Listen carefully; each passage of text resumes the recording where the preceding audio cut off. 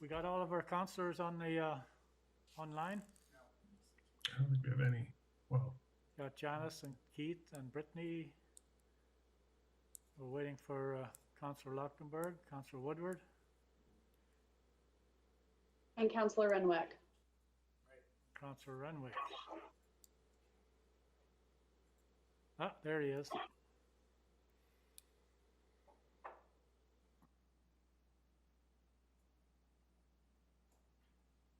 There we go. Thanks, Cal. So we're already streaming, just so you know.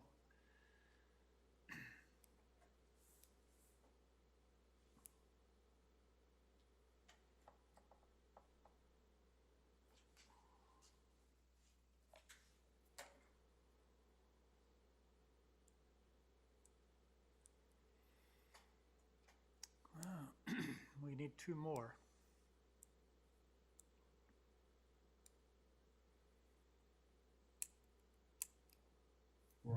it's all just good practice. Yes, it's good practice, yeah.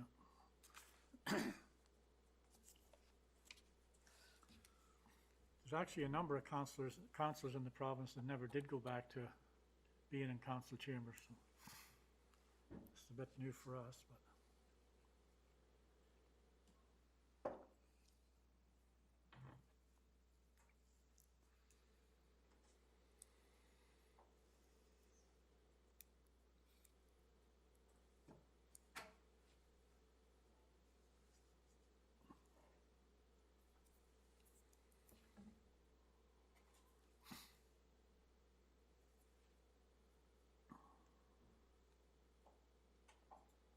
Okay.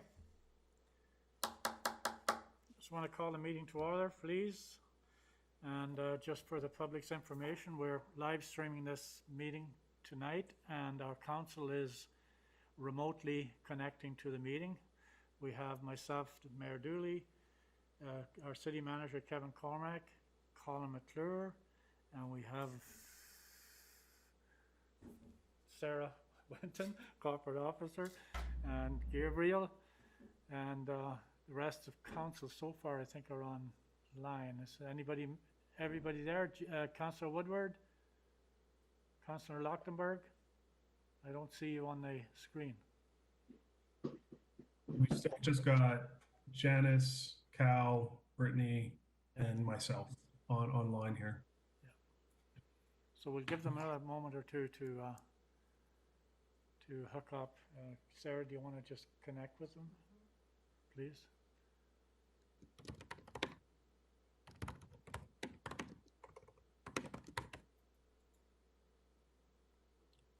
There's Rick. Okay, we have one more, do we? No.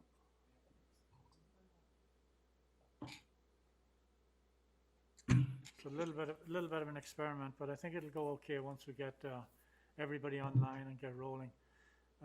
Of course, the COVID's impacting almost everything we do on a daily basis at City Hall and throughout our community, and not the least of which is the need for us to be separated as much as possible. And of course, wearing our mask. I see somebody behind a computer there, do I? Is that?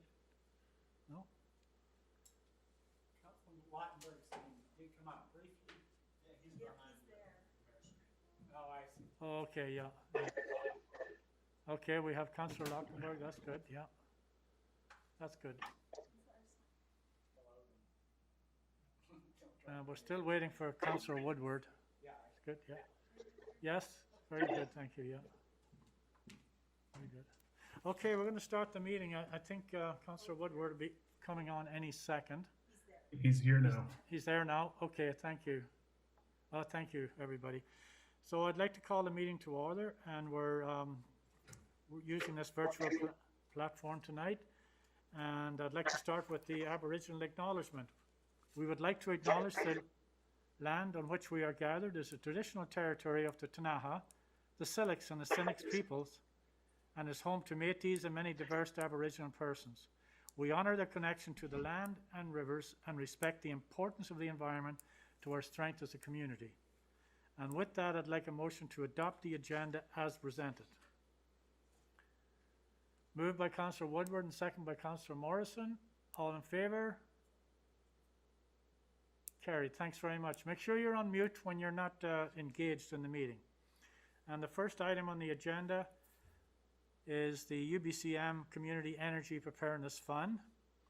And the City of Nelson Emergency Operations Centre is applying for $25,000 from the Union of BC Municipalities Community Energy Preparedness Fund to further develop the city's evacuation route plan as part of the UBCM grant application process. Council resolution is required to support the grant application and committing to overall grant management. And there is a staff recommendation if somebody would like to move it. Councillor Page, I see your hand up. And Councillor Woodward seconded. Thank you. And the resolution is, whereas the Council supports the importance of implementing and maintaining emergency managed response capabilities of the City Emergency Operations Centre, therefore be it resolved that the Corporation of the City of Nelson be authorised to apply for $25,000 grant as part of an application through the UBCM Community Energy Preparedness Fund, and further that staff be responsible for the overall grant management. All in favour? Carried. Thank you very much.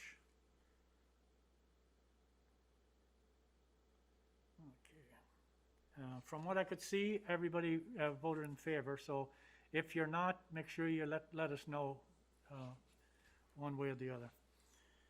All right, the next one is the city has submitted a grant application under Clean BC Green Infrastructure Climate Change Mitigation Fund stream for the proposed Civic Centre energy retrofit. The grant submission deadline was November 12th, with a grace period of 1 month to submit a council resolution endorsing the grant application. Council is now requested to pass the required resolution to complete the grant application. And that's one of the options you have, is to pass it or not. If one of our council feels the need to put their hand up to support the recommendation, I'll keep my eye on the screen. We need a mover and a seconder. Moved by Councillor Woodward and second by Councillor Renwick. Any questions or comments? Councillor Page.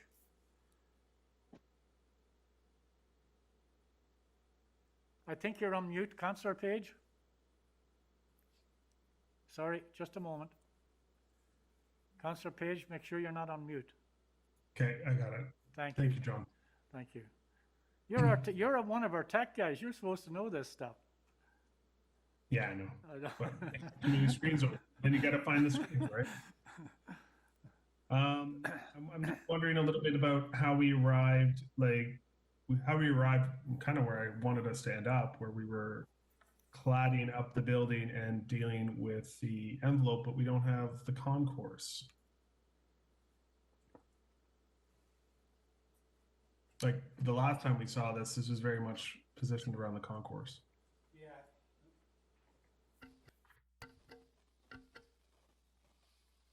I think that's on. Yeah. Okay. I think I reported this at the last meeting we were together, that when the consultants and Peter and Natalie looked closer into this and talked to the consultant or to the program manager, they indicated that the concourse was not eligible for this particular program, and the decision was to, since the energy retrofits were, I guess, 5/8 or maybe a little bit more of the project, then at least we would get that under this grant and look for other funding opportunities for the concourse portion of the program. So it basically was an ineligible cost at the end of the day. Go ahead, yes. Councillor Page. Yeah, supplemental. A lot of when we've been brought this here, does that work with the Civic Society's timelines for their granting opportunities? Because this project from its beginning has always been about, at least in my mind, creating that space to allow them to make design decisions that support the grant that they've received to finish off that corner of the building. And so I guess I'm wondering, like, what other funding opportunities, how far out in the future are these funding opportunities? If those funding opportunities don't come through, like, do we do we step up since we've pushed them along this route to put a glass skirt on that building, for lack of a better term? Yeah, I know when, and Peter, maybe he can talk to other funding opportunities a little more. When we went, so I don't know, it was about a week, I think maybe a week or a little bit longer when the grant application was due, that they had talked to the program manager, and they made it very clear that, first of all, this, the total fund of this program is about 49 million, and asking for more than 10% of it. Probably unlikely you're going to get funded for it. And then second of all, that the concourse did not fit, so the choice was do nothing and look for a different funding stream. But the decision was, since this was a large portion of the original design, that to go forward with this portion made sense. But at that time, Peter, I think I recall you saying that they felt another granting opportunity was going to come forward that fit the concourse better, and I can't remember exactly what it was called or if they were specific about that. So that was one. Yeah, it is unfortunate that because they did talk about accessibility in the grant program, but when you actually got down into the weeds with them, that was, that's a nice to have, but that's not what this program's funding. So we do have a meeting scheduled with the Civic folks here, I think this week, I believe, to talk about how you go forward. We agree we're in a bit of a catch-22. How do you deal with that?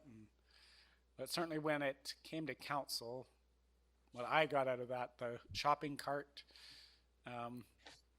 analogy was the one that seemed to resonate, and a real concern with how much energy this building was using was really the top priority, and we felt not applying for anything was a worse case than at least getting maybe, like I said, 5/8 of the way there, and open up those other opportunities for council to either choose to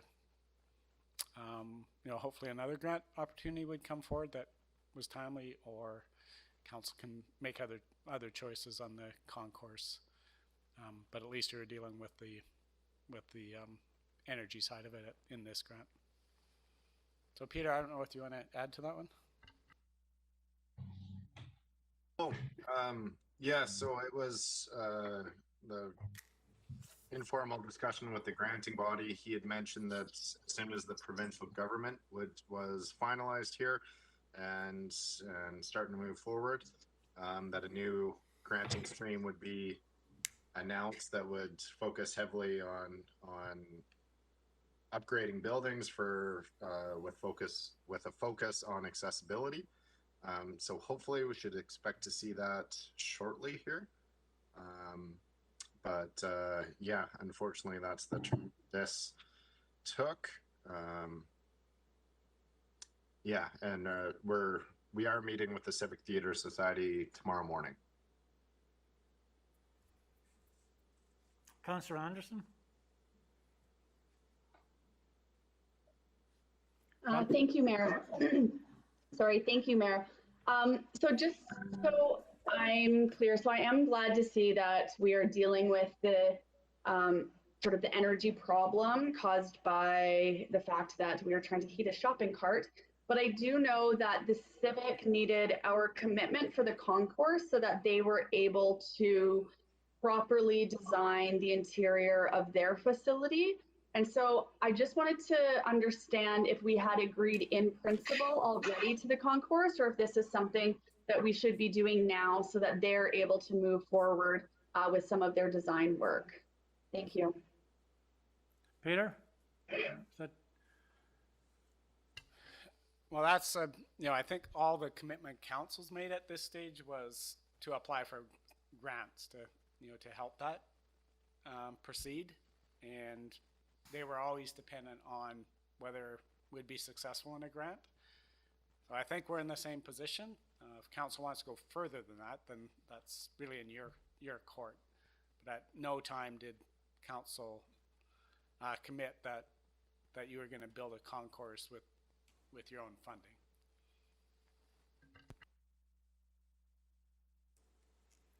Councillor Anderson, supplemental, go ahead.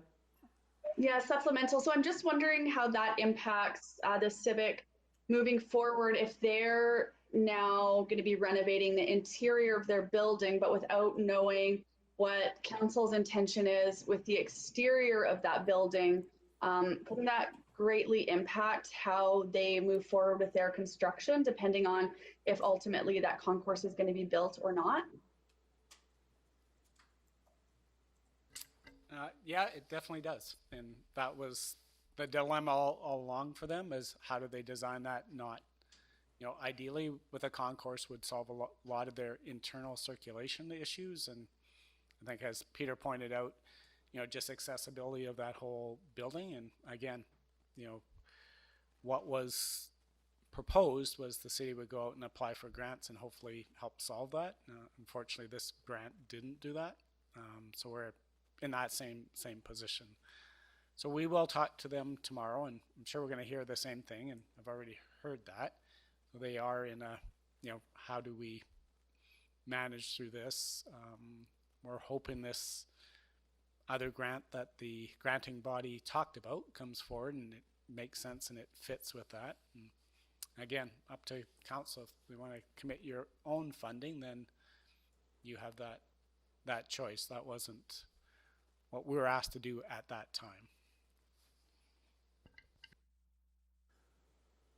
Page. Councillor Page, you had a...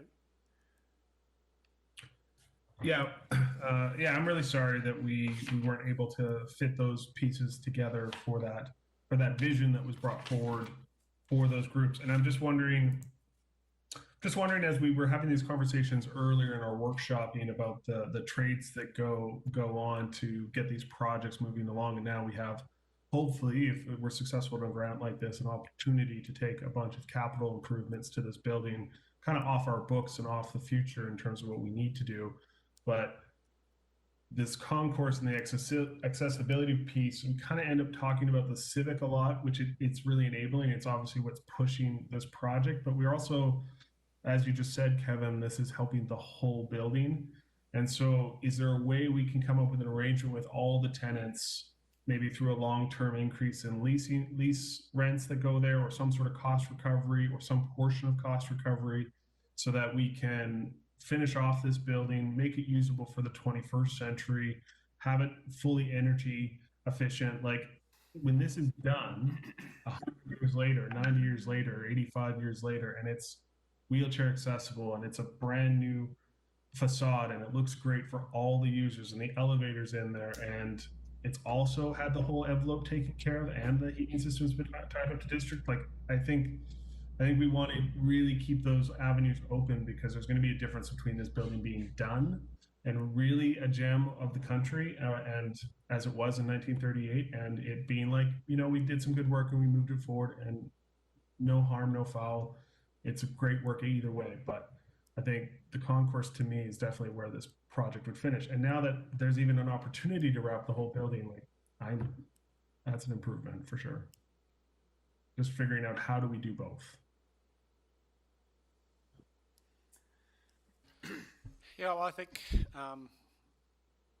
we've had pushback from certain tenants on increasing even the basic costs in that building, and so certainly we can go to them and calculate what that might be.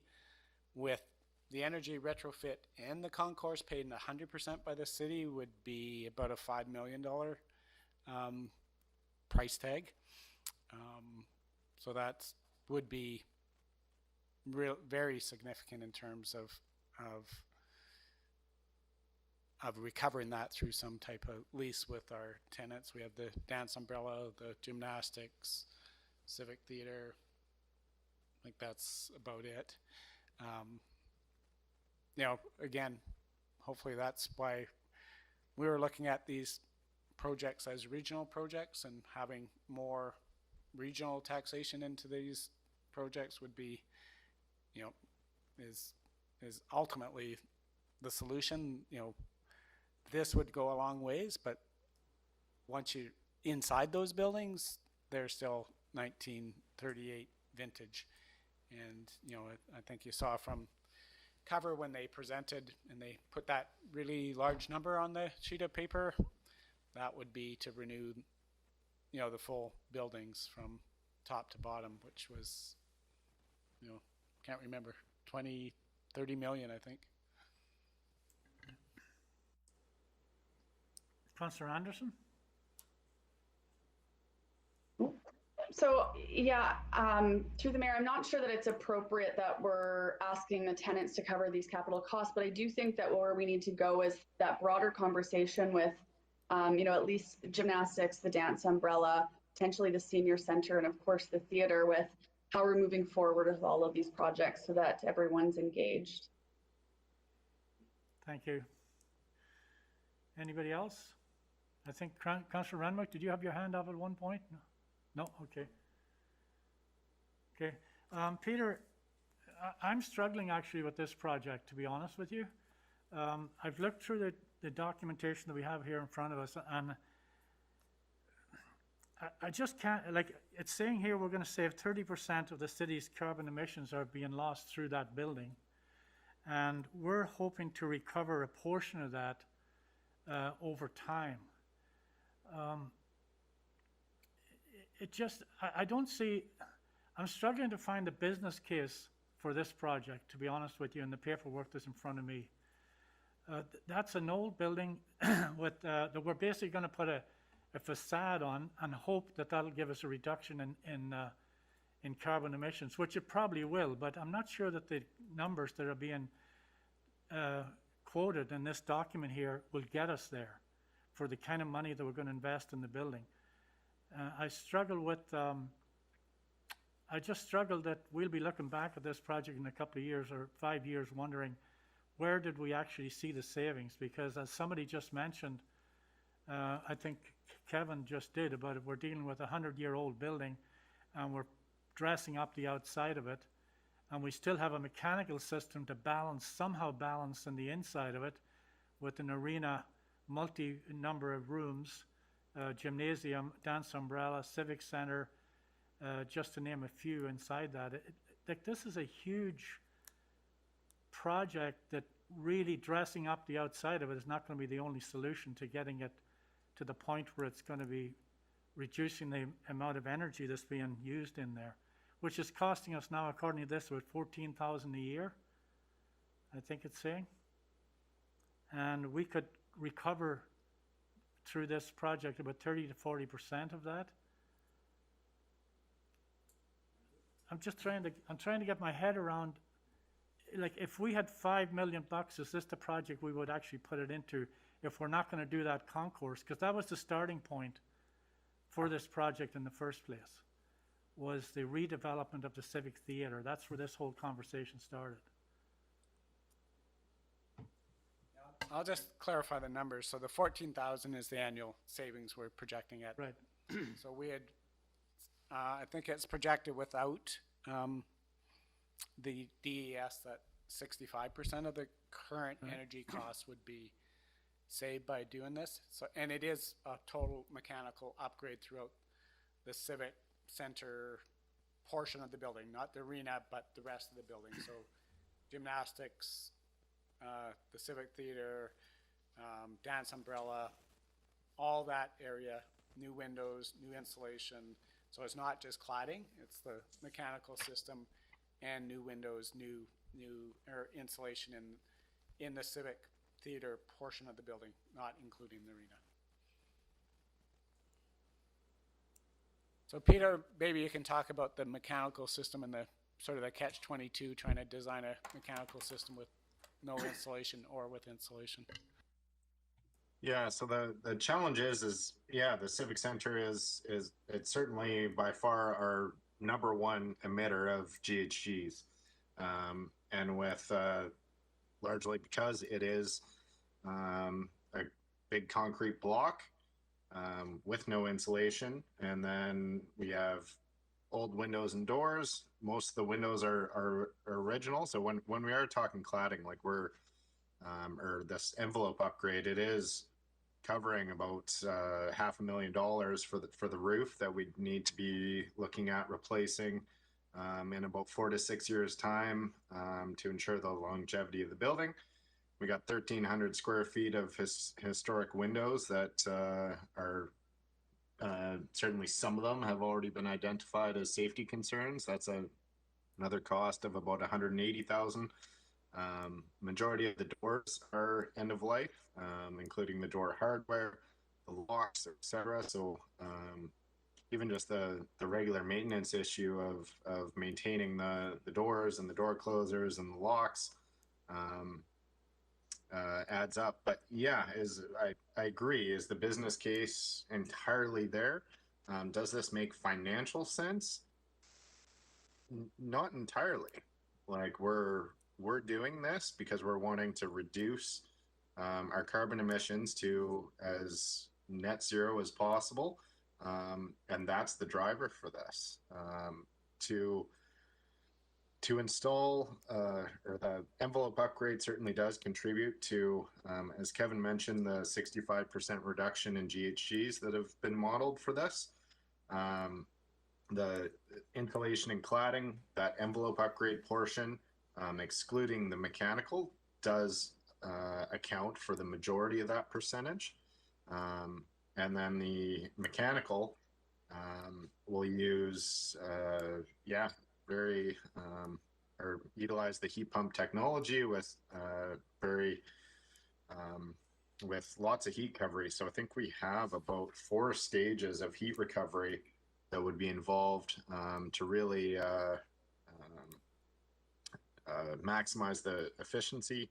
And then we're adding, or we will add the benefit of cooling to the building, which currently only the theater has with their rooftop unit. And then ventilation with energy recovery ventilators in spaces that, just had basic radiators or other items like that without proper ventilation. So we can definitely see a drastic improvement in air quality and comfort from this project, and then the savings on natural gas and a significant reduction of GHGs that would be then, or a 65% reduction. And then if we're able to proceed with the DES system, that would then bring us down into a net zero position. And to proceed with a mechanical upgrade without addressing the envelope is really a backwards approach. Where you'd have to oversize your equipment, you'd have to improve the truss structure and the integrity of the roof significantly, because you're having much larger equipment and heat exchangers needed to cover the load. And then that's creating a much larger demand on this future DES system. So bigger pumps, bigger lines. So the cost would really just trickle down quite enormously, as well as we'd likely run into, with the current modeling with the envelope upgrade,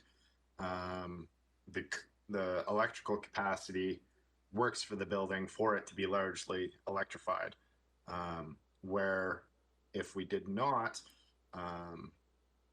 insulate and reduce the heating load of the building, we'd likely need to upgrade the electrical capacity to the building again, which we just finished in 2019.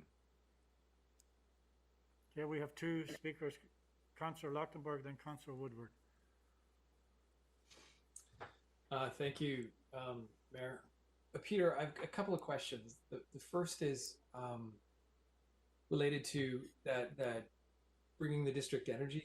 Am I understanding correctly that if we did connect district energy, we would get the additional 40 tons of CO2 equivalent reduction per year? Because there's that 116 where we're at now.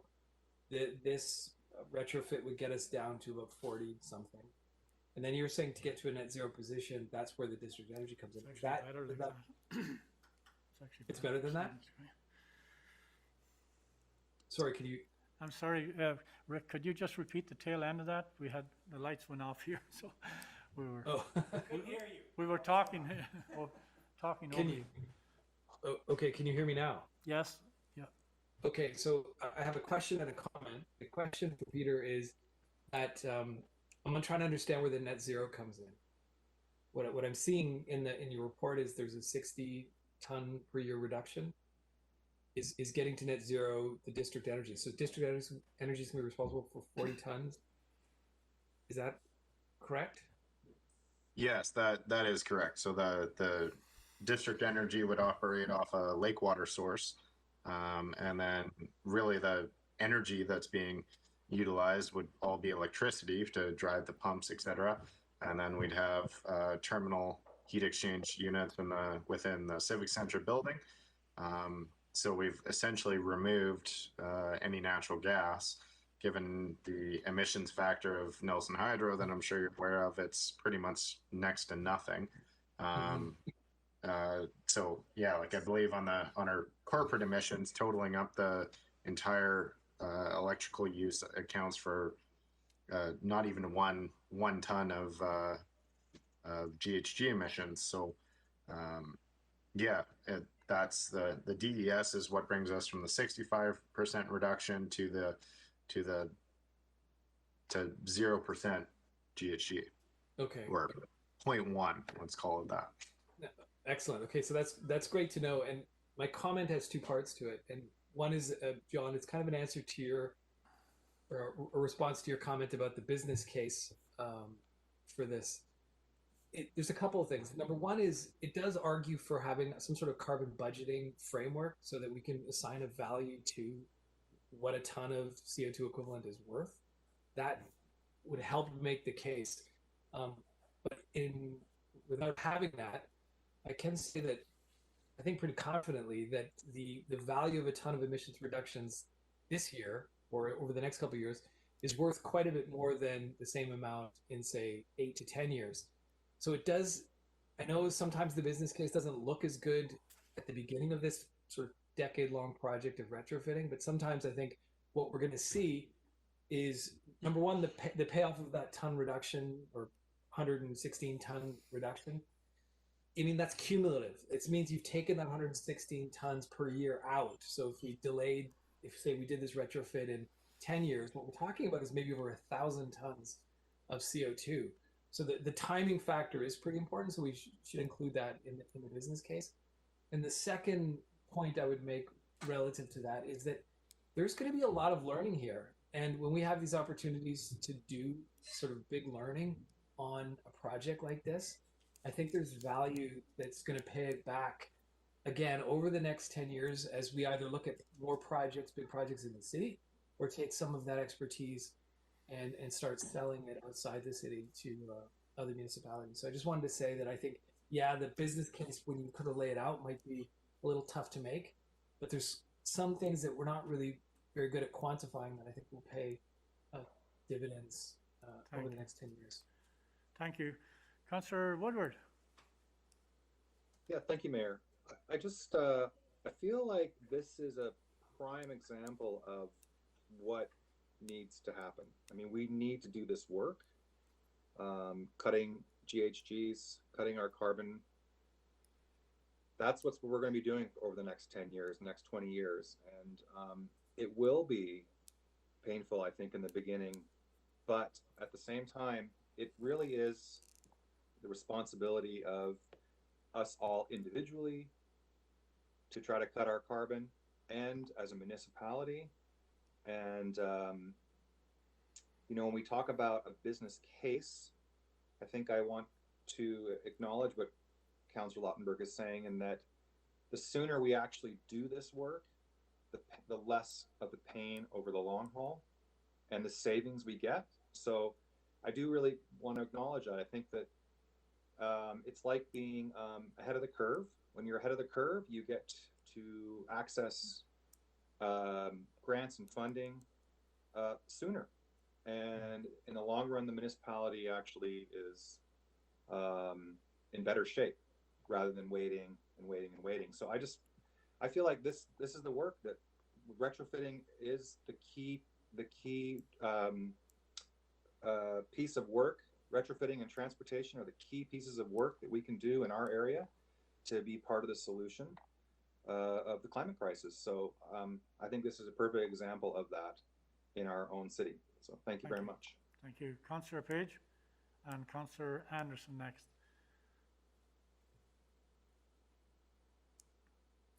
I think Councillor Page, you might be on mute. Different system. Sorry.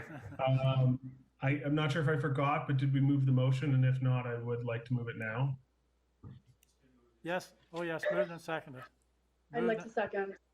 It's moved and Okay. second already. Sorry, I just forgot with some of the conversation, but some of the back of the envelope math, if we take the 1.4 million we're being asked to contribute to this project and the 76 tons of carbon a year it's going to pull out, we have a rough estimate of about 18,000 per ton up front for that ongoing saving.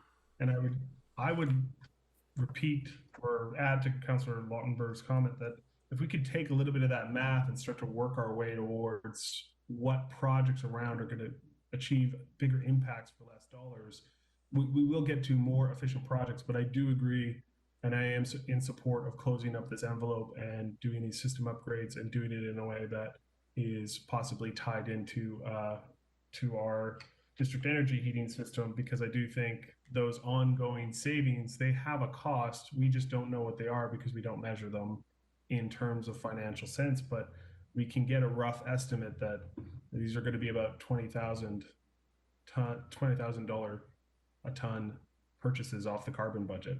That's where we're shifting this time for this project. And if we can look for better savings, we should. But I'm in support of this. Thank you. Councillor Anderson. I was just also wondering if we had moved and seconded it. Yeah, we have. Yeah, we have. Yeah, my question was not about the business case as much about the hope that we will actually realize some of the numbers that are quoted in this document here. I'm really struggling with that, because at the end of the day, we got a big square concrete building with an ice cube in the center of it, and it's not going to be an easy fix. And I'm just concerned. I'm not suggesting we not do the project, but what I'm suggesting is we may need to be cautious about the realization of the numbers that we're quoting for savings going forward. That's really my challenge. I wouldn't want to see us taking on one of the bigger projects that we'll take to reduce carbon and find that somewhere down the road we've failed in our analysis of meeting those numbers, because it could set us back a long way. So, any further speakers? Hearing none, I'm going to call the question. All in favor? Opposed? All in favor again, sorry. All in favor? Opposed? So we have one opposed, two opposed. Okay, so I'm voting opposed to this project at this point in time based on what I see in front of me. So it passes though. Thank you very much. Okay.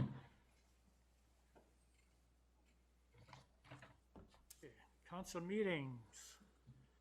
Staff is proposing the council consider moving the majority of its meetings to a virtual platform for council members and the public. This is because of the increase in COVID-19 concerns in British Columbia and the Interior Health Region, along with the fact that the city's current open meeting protocols are challenging to enforce. Provincial Order M192 allows council to hold virtual meetings under certain conditions as detailed below. First, staff believes these conditions are currently satisfying.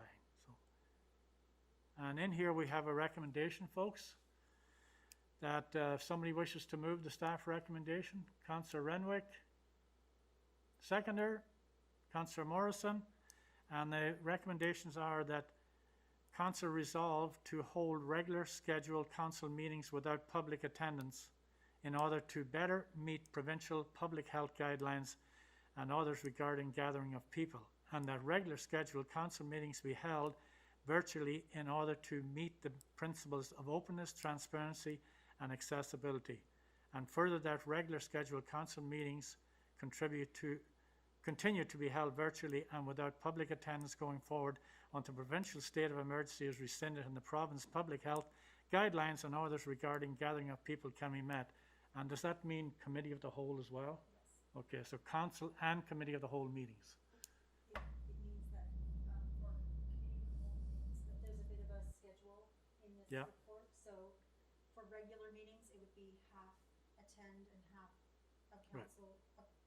virtually, and then it would alternate with Yep. regular meetings, and COW meetings would be 100% virtual. Virtual. Okay, so you have the option to half a council, because we can social distance with half of our council here. So we need a mover and a seconder. We've got, who was it? Who was it, sorry? Morris, okay, Morrison and Renwick, okay. Councillor Anderson, you had your hand up? Yes, thank you, Mayor. Can you hear me? Oh, yeah. Okay. I was just curious about half of council attending the meetings in person and half virtually. I find it easier to either all be in the room together or to have us all on Zoom. This way I'm able to actually see everybody. I don't know what it looks like from home, but knowing that it is safer for all of us to be home, and it's actually easier to hold a meeting when we're all virtual or all in person. I was just curious why regular meetings we wanted to have half of council No. participating in person. Thank you. I think thank you, Councillor Anderson. Staff's offering up that option, I think. And the preferred option would be to continue doing what we're doing while we're in this sort of second wave that we're dealing with at the moment. But that we were leaving that up to council, because we could manage if, you know, one or two councillors wanted to come in, we could manage, but the preferred option is what we have tonight. Councillor Morrison?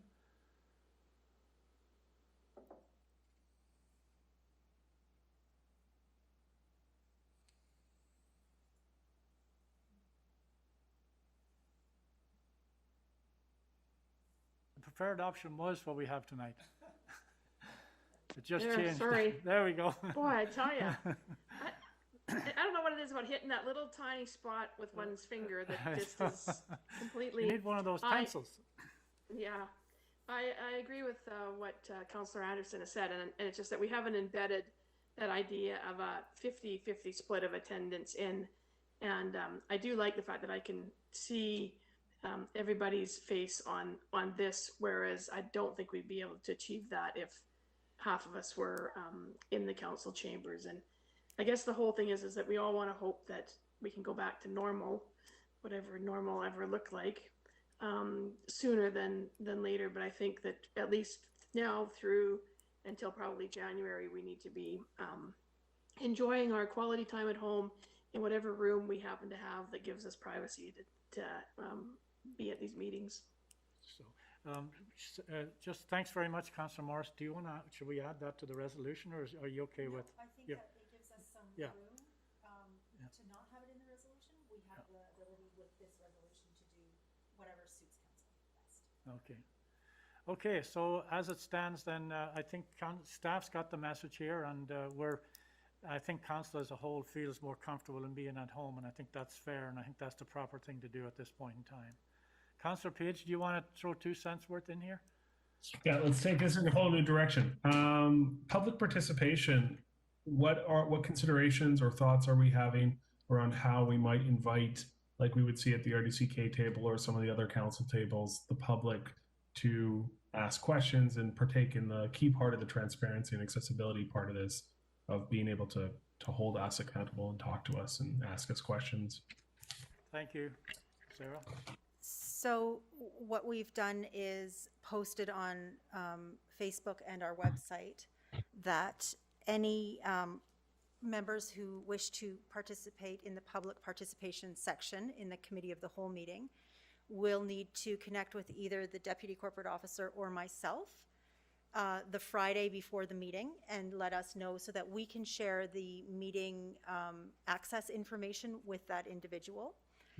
And then tonight, for example, we may have a member calling in. He's going to let me know. It's a bit different tonight because it's our first one, but we're going to try it out. And he's watching this special meeting to see if he has a question in the committee of the whole meeting. So we do have it sorted out. We haven't really widely pushed it out there, but we wanted to make sure tonight was going to go well. And then we will put it out more broadly, but it is on Facebook and the website. Awesome. Thanks, Sarah. Yep. Councillor Woodward? Doing a for the record statement, because I do really feel like we're in a very critical time here, and I just feel safer as a person not being not putting in danger anybody else. So I really feel much safer being at home, and for staff, for the safety of staff. So maybe for the record would be pertinent. Okay, thank you. Okay, any further questions or comments? All in favor? Opposed? None? Carried. Thank you very much. Next up is the RDCK appointment.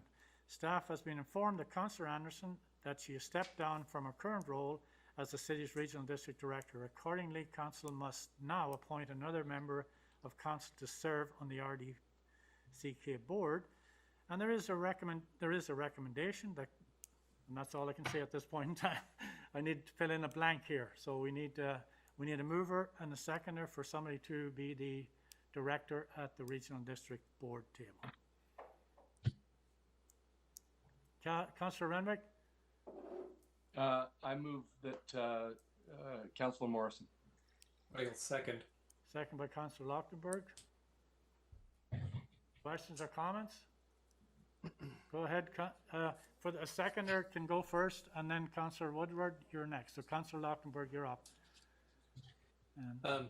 Thank you, Mayor. I'd like to hear from Councillor Morrison about what she sees as some of the priorities that she's heard from this council that you'll take to the chair, that Councillor Morrison will take to the RD table. It might have been different from your work there in the past. I think in general, I think you've done an excellent job, both as their director and as an alternate. This idea of sort of creating some flow and experience, I think, about with other people moving into that role has been really useful with the brief time that Councillor Anderson was there.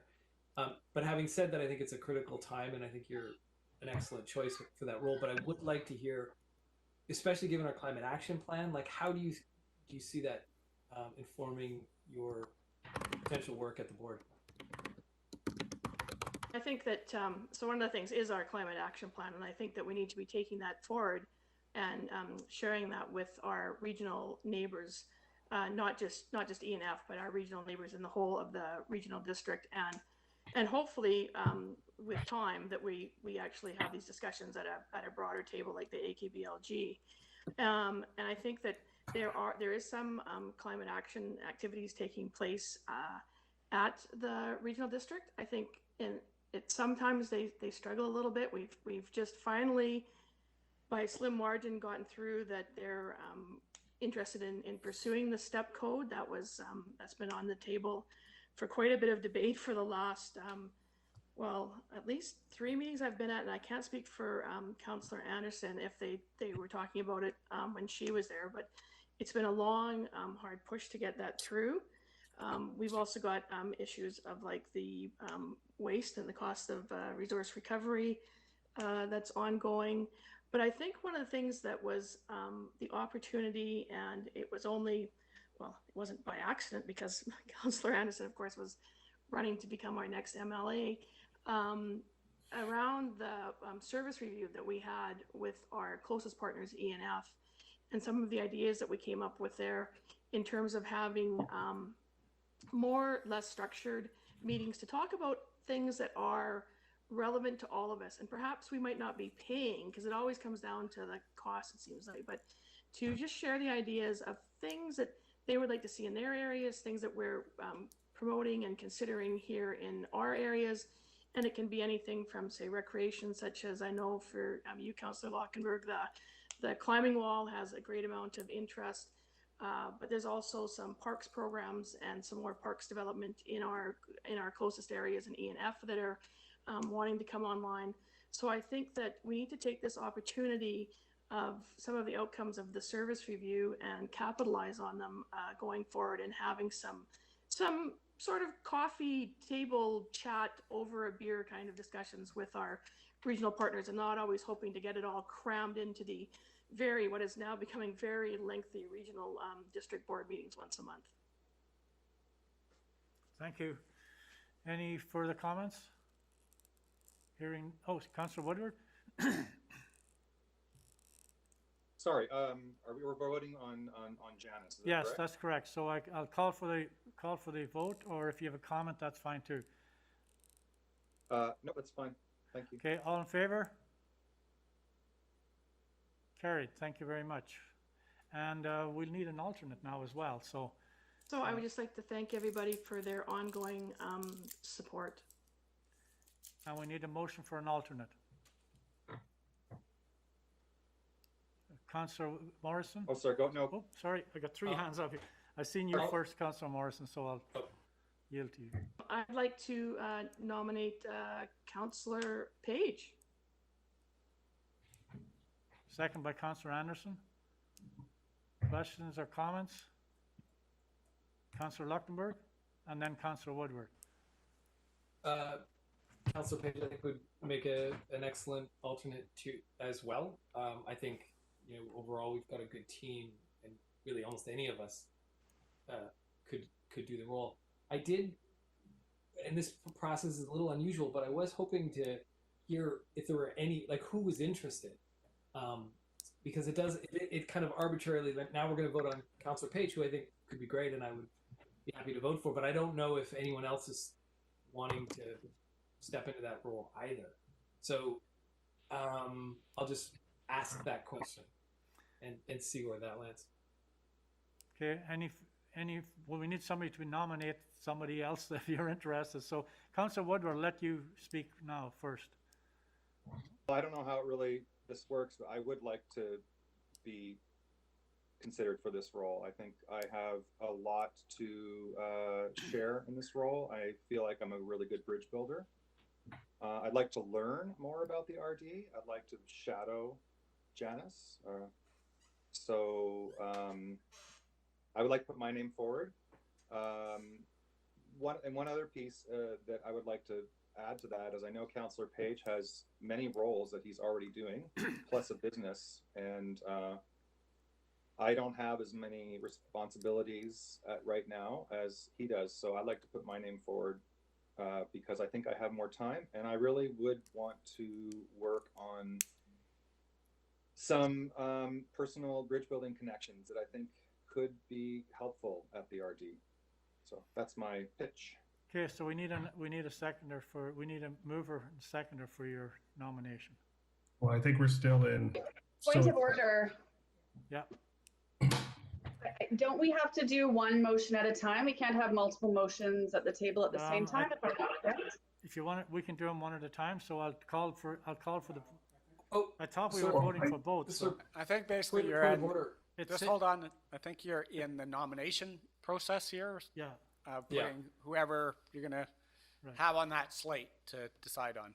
So my paper says on further that council appoints. So we're looking for a nomination for. Just to ask the corporate officer to just clarify that, because I do think that we're looking for, you know, not nominations, just like we did the first time round. We looked for nominations. Yeah. And so I think it's only fair that we get clarification from the corporate officer that we're not making some grievous error here, where we should actually be voting. So far we had one appoint one person nominated with no objection so far, right? And that was Janice, right? So now, Janice has been appointed as the director. Right. Janice. So now what we've got is we have Councillor Page. Yeah. His name has been put forward. Right. As well as Councillor Woodward. Right.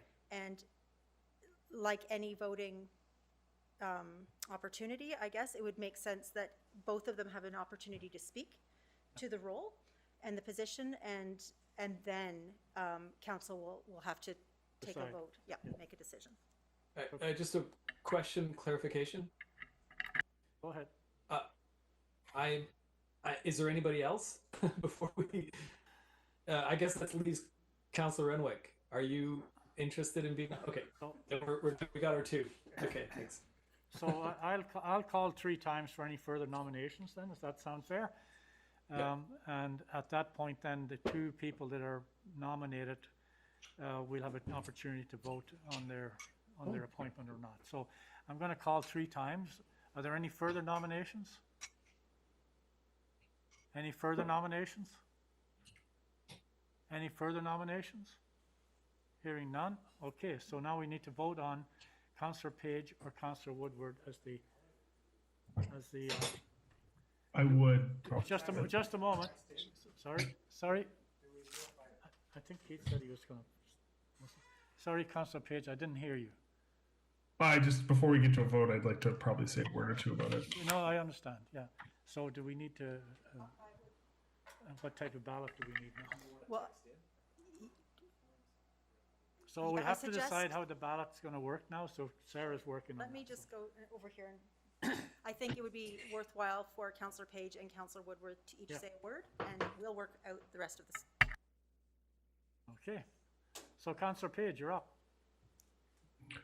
Okay, so I again thank you for putting forward the nomination. I think what would make me good for this role is my understanding of the current context, as I have been working over as most recently chair of Rec Commission for the better part of the last 2 years. I've been embedded in that organization and pushing some of this work, and I think to good success in those areas around reporting and governance and meetings and making sure that those relationships are functioning properly, and improving that. We're not where we want to be at the end game, but we've been building those relationships the entire time.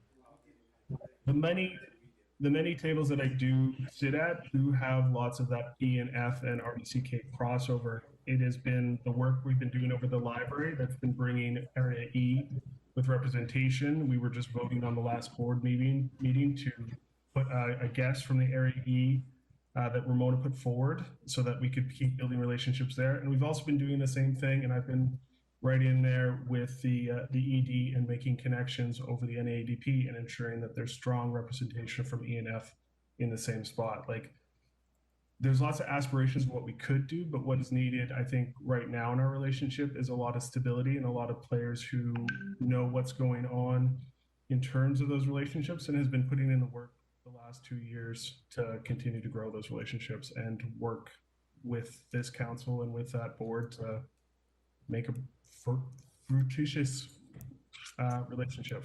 Thank you. I've spit out my words. Thank you. Councillor Woodward, I think you did give us, but you're welcome to continue. Well, I just, I guess I would like to utilize my network. I know a lot of people in this town. I've worked in this town for a long time out in the public realm. I feel like I'm known as a bridge builder. I'm known as somebody who can bring people together. And I also feel like I don't have the commitments that Councillor Page has at this point. He does have many commitments, and it concerns me a little bit that this is going to be another layer on top of his commitments, including running a business. So I just feel compelled to put my name forward. I would like to work with Councillor Morrison because she has a depth of experience that I would like to understand. I feel like I could do a lot of good work there. I've done good work in the housing area, bringing the municipality of Nelson and the RDCK together, and I feel like I want to work on that, continue work on that work. And so I feel like I'm a good candidate for this. I could learn a lot, and yeah, that's my pitch. Thank you. Okay, so I'm going to leave it with each one of you had your opportunity, so I'm going to leave it at that unless you wanted to speak about something different, Councillor Page, and I doubt you will. So you have two options here. If you want to text in your vote, or you can do it by raise of your hands. So it's up to council what they want to do. We're texting Sarah. We're personally texting Sarah, I guess. Yeah. Perhaps Sarah could speak to it. Yes, your procedure bylaw is silent, so we can either have individual counselors send a text just to me, and then I can tally them up and report out.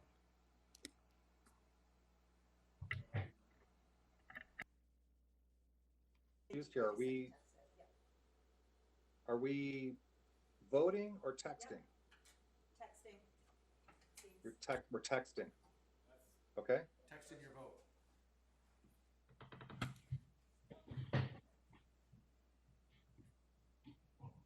Only once.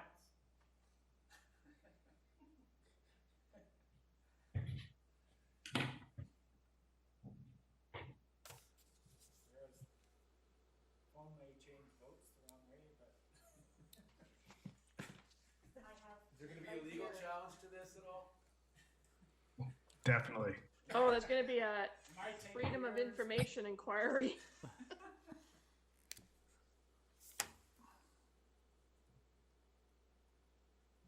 We just don't want it, either of you take 3 weeks to concede together. That's the only condition. I was just gonna say.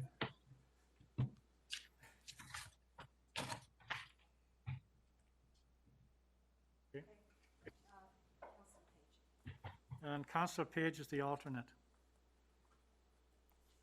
Okay, onward and upward. Thank you, everyone. Next one is the Traffic Improvement Ticketing Amendment Bylaw, and the city has an agreement with the Regional District to provide bylaw enforcement in the Nelson District Community Complex parking lot that is consistent with the City of Nelson's 2-hour parking zone regulation. As a result, the city traffic bylaw must be amended to allow for this.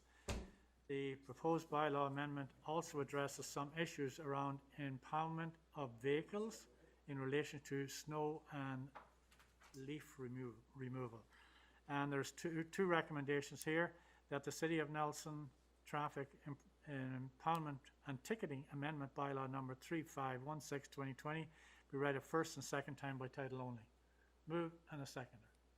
Moved by Councillor Page, seconded by Councillor Anderson. Will you just had your hand up, Councillor Anderson? I wasn't sure. You're seconding, right? Yeah, okay, good. Thank you. All in favor? Carried. Thanks very much. And the next one is that the City of Nelson Traffic Impoundment and Ticketing Amendment Bylaw number 3516/2020 be read a third time by title only. Mover, Councillor Page, seconded by Councillor Anderson. All in favor? Carried. Thanks very much.